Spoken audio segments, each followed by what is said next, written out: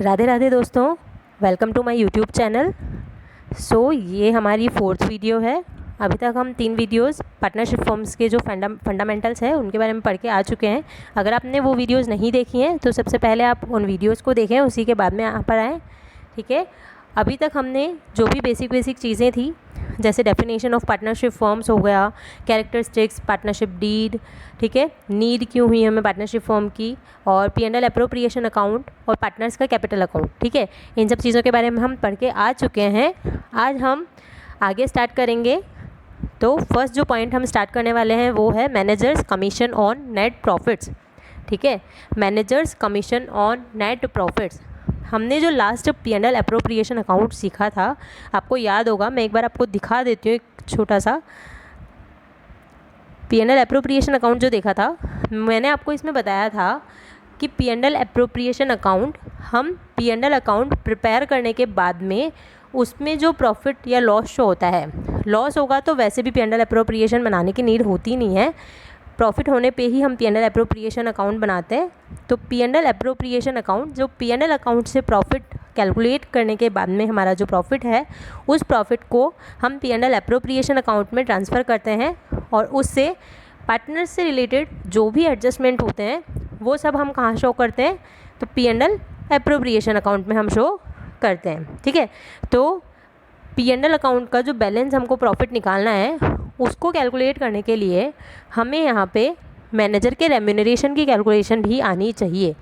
Manager के commission से related 2 तरीके की इन्फॉर्मेशन हमें क्वेश्चन में गिवन होती है, दोनों में से कोई एक इन्फॉर्मेशन हमको गिवन होगी। ठीक है, तो क्या क्या इन्फॉर्मेशन होगी देखते हैं। एक इन्फॉर्मेशन आपको हो सकती है on profits before charging such commission, दूसरी होगी आपकी जो कंडीशन है on profits after charging such commission.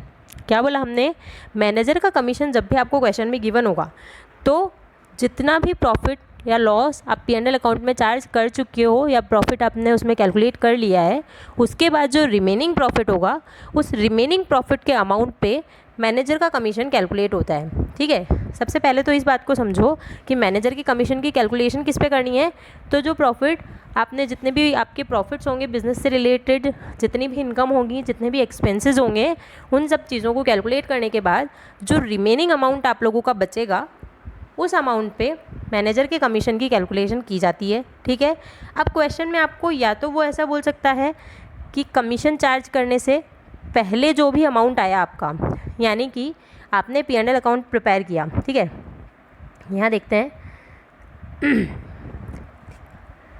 मान लेते हैं ये आप लोगों का P&L अकाउंट है। ठीक है, यहाँ पे आपने क्या लिखी होगी, सारी इनकम लिखी होगी, डेबिट साइड में लॉसेस लिखे होंगे। ठीक है, इसमें से इसको माइनस करने के बाद, यानी कि इनकम में से लॉस माइनस करने पे जो आपका अमाउंट रिमेनिंग बचेगा, मैनेजर का जो कमीशन होता है वो इस रिमेनिंग अमाउंट के एक परसेंटेज के ऊपर निकलता है। ये जो रिमेनिंग अमाउंट निकला आपका, जो रिमेनिंग अमाउंट बचेगा, इसके फिक्स परसेंटेज पे आपको मैनेजर का कमीशन कैलकुलेट करना है। ठीक है, तो ये जो रिमेनिंग प्रॉफिट है इस पर कैसे कैलकुलेशन की जाएगी उसी के बारे में इन्फॉर्मेशन दी हुई है हमें, कि क्वेश्चन या तो हमें ऐसा बोल देगा कि इस कमीशन को चार्ज करने से पहले जो प्रॉफिट आपका आया उस पर आपको कैलकुलेशन करनी है। अभी जस्ट जो हमने देखा था, नीचे हमने P&L का फॉर्मेट बना के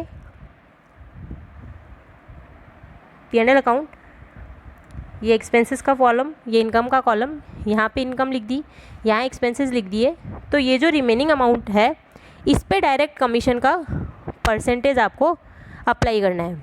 ये जो फर्स्ट कंडीशन है वो क्या बोल रही है कि इस कमीशन को चार्ज करने से पहले, यानी कि जो भी क्रेडिट साइड में आपकी इनकम या प्रॉफिट होंगे उन सबको टोटल करके डेबिट साइड में जितने भी एक्सपेंसेस होंगे उनको माइनस करने के बाद जो आपका रिमेनिंग अमाउंट बचेगा, उस रिमेनिंग अमाउंट पे एक फ़िक्स परसेंट से आप कैलकुलेशन करोगे, वो आपका मैनेजर रेम्यूनरेशन आ जाएगा या मैनेजर का कमीशन आ जाएगा। समझ आती है बात? ये बहुत सिंपल सा तरीका होता है, इसमें कुछ नहीं करना। प्रॉफिट बिफोर चार्जिंग सच कमीशन, इस कमीशन को चार्ज करने से पहले जो प्रॉफिट है, जो अभी हमने बताया कि सारी इनकम्स को टोटल किया, एक्सपेंसेस माइनस किए, बिजनेस से रिलेटेड बता रही हूँ। ठीक है, P&L अकाउंट में जो भी होंगे, तो सारी इनकम को ऐड, एक्सपेंसेस को माइनस, तो जो रिमेनिंग अमाउंट बचा उसके ऊपर rate of commission divided by 100। आती है बात समझ में? ये हो जाएगा हमारा बिफोर चार्जिंग कमीशन। मैनेजर का कमीशन बिफोर चार्जिंग अगर दिया हुआ है तो बहुत सिंपल सा मेथड लगता है, profit before charging such commission into rate of commission upon 100। Clear है यहाँ तक? आगे चलते हैं। थोड़ा सा चेंज इसमें आ जाता है, अगर बोल दिया जाए आफ्टर चार्जिंग सच कमीशन, अगर हमें ये बोल दिया जाए कि कमीशन चार्ज करने के बाद में जो प्रॉफिट बचेगा, यानी कि हमारा P&L अकाउंट है, हमने यहाँ इनकम शो करी होगी, यहाँ एक्सपेंसेस शो किए होंगे, यहाँ हमको मैनेजर का रेम्यूनरेशन माइनस करना होगा, उसके बाद आपका नेट प्रॉफिट आता है। यही होता है, ठीक है। तो ये क्वेश्चन, हमको जो क्वेश्चन में पॉइंट बोला जाएगा, ये क्या बोलेंगे कि मैनेजर का रेम्यूनरेशन चार्ज करने के बाद जो प्रॉफिट बचेगा उसके ऊपर अगर आपको मैनेजर का रेम्यूनरेशन कैलकुलेट करना है, मैनेजर का कमीशन कैलकुलेट करना है, तो हमारे पास ये अमाउंट गिवन है क्या? हमको मैनेजर का कमीशन गिवन है क्या? नहीं, हमको मैनेजर का रेम्यूनरेशन तो दिया ही नहीं है, क्योंकि हमको कैलकुलेट ही मैनेजर का रेम्यूनरेशन करना है, ठीक है। तो मैंने इनकम माइनस कर दी, एक्सपेंसेस माइनस कर दिए, मैनेजर का कमीशन जो है आपका वो हमारे पास गिवन नहीं है, और आपको नेट प्रॉफिट भी गिवन नहीं है। आपको इस अमाउंट पे कैलकुलेट करना है, बट हमारे पास ये कैलकुलेशन नहीं है, इसको हमको कैलकुलेट करना है। तो इसके लिए हम एक फॉर्मूला जो अप्लाई करते हैं वो क्या करते हैं कि प्रॉफिट आफ्टर चार्जिंग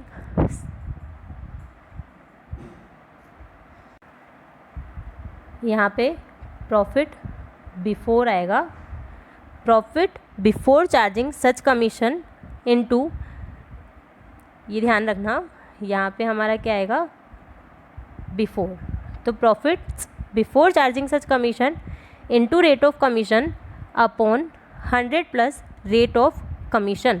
यानी कि नीचे सिर्फ कितना सा चेंज करना है हमको, 100 में रेट ऑफ कमीशन भी ऐड कर देंगे हम। तो इस कैलकुलेशन को करने के बाद जो हमारा रिमेनिंग अमाउंट बचेगा वो अमाउंट क्या हो जाएगा?